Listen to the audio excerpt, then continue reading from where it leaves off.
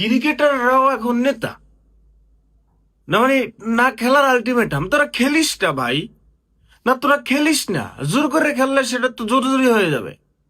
তোরা না খেললে ভাই ভালো খেলার মতো জুনিয়র ছেলেদের অভাব নাই। পদত্যাগ না করলে সে সে অযৌক্তিক কথা কোনটা বললো? অযৌক্তিক সে কথা বললে তার বোর্ড আছে, তার উপরস্থ কর্মকর্তা আছে, দেশের আইন আছে, তারা ব্যবস্থা নেবে। তুমি খেলা তুই আইসা সংবাদ সম্মেলন করো, তুমি খেলা তুই আইসা তুমি খেলবা না সেটার আলটিমেটাম দাও। মানে এক লট আর এক লটের হচ্ছে গিয়ে চিন্তা করে কেমনে বাঁচাবে। আপনি খুঁজে দেখবেন এখানে আওয়ামী লীগের হাত আছে না, এই আওয়ামী লীগের হাত আছে এই কথাটা বললে অনেকে আবার হাসবেন যে ভাই একদিকে দোষ কেন চাপাই দিচ্ছ। না এই যে নির্বাচনকে বানচাল করার জন্য এই যে খুঁজে দেখেন, হয়তো কোথাও না কোথাও বিদ্যা আছে, হয়তো কোথাও না কোথাও টাকাও ইনভেস্ট করা আছে।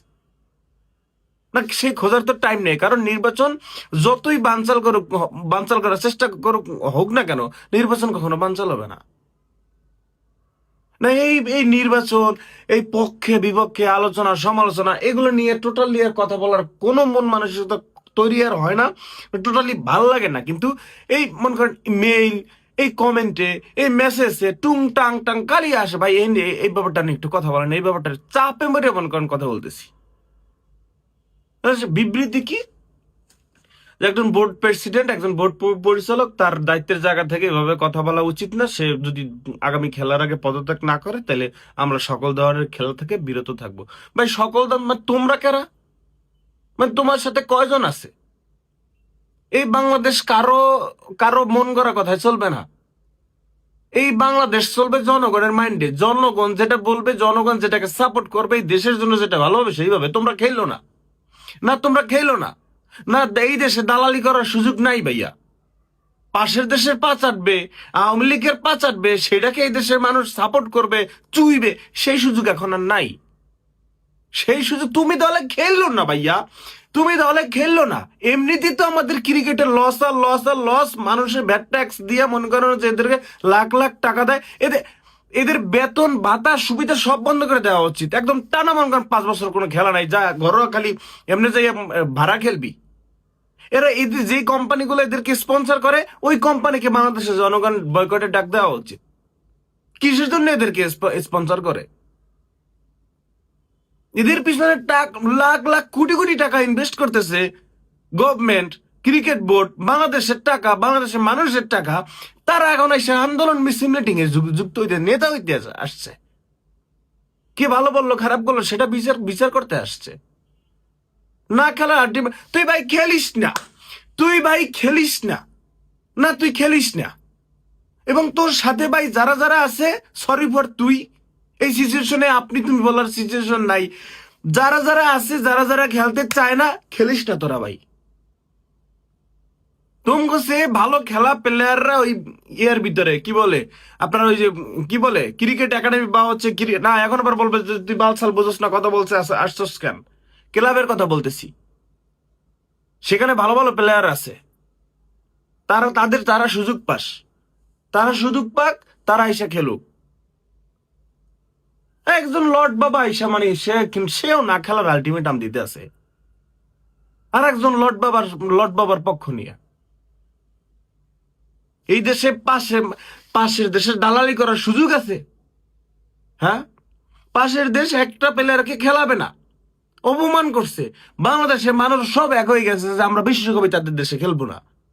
পলকের ভিতরে সিস্টেম পাল্টে গেছে, আর তুমি মেয়ে আসছো খেলা না খেলার আলটিমেটাম দিতে। খেললো না, এই তো জাতীয় দলে খেলেও না, কবে খেলছে তা ঠিক নেই। মানে এই জন্য আমি বললাম যে তুমি জাতীয় দলেও নাই, নাম গন্ধ নাই, কোনো কিছু নাই, তাহলে এই বিষয়ে তুমি বারবার কথা বলতেছো, একটা দেশের ভিতরে অসৃষ্টিশীল মানে প্ল্যান পরিকল্পনা করতেছো, হুদয় একটা ক্যাসাল লাগাইতেছো, হুদয় গভর্নমেন্টকে চাপ দিতেছো, হুদয় আন্দোলন মিছিল মিটিং এ একটা পায়তারা করতেছো। কি জন্য?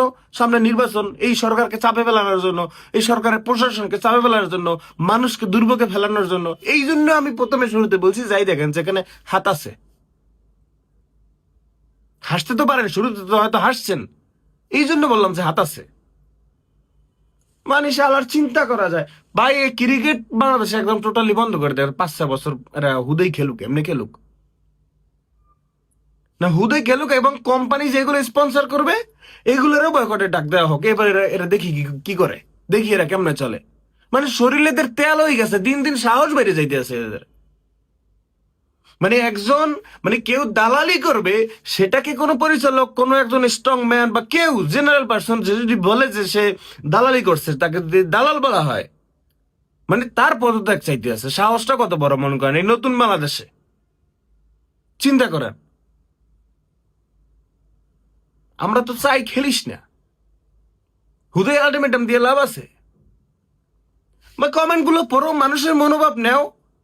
এই যে নাম কি, নাজমুল হাসান পরিচালক, এই যে লোক, যে ভদ্রলোক এই কথা বলছেন, যাই দেখো মানুষ সবাই তার পক্ষে, সবাই তার পক্ষে।